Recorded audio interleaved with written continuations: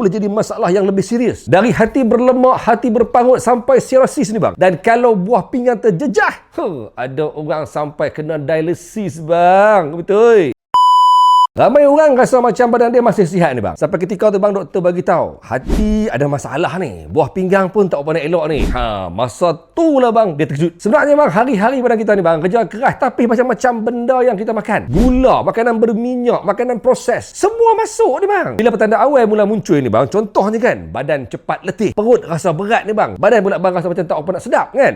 Tapi ramai orang buat tak tahu. Nayo. Padahal kalau dibiarkan bang, benda kecil tu boleh jadi masalah yang lebih serius. Dari hati berlemak, hati berpangut sampai cirrhosis ni bang. Dan kalau buah pinggang terjejah, ada orang sampai kena dialisis bang. Betul. Sebab itulah sekarang ni ramai orang umur 25 sampai 60 ni bang dah mula jaga dari awal. Salah satu yang orang mula amalkan ialah ni bang, Total Man Livarium. Suplemen ni bang, dia bantu untuk detox hati dan juga buah pinggang. Ada gabungan Ganoderma, Mactisel dan juga Dandelion Extract. Yang fungsi ni bang untuk menyokong proses penapisan dan juga detox menjadi badan. Produk ni bang yang penting dia lulus KKM. Tu penting ni bang. Ada ujian makmal. Dan yang paling penting ni bang, dah terjual lebih 30,000 botol satu Malaysia ni bang.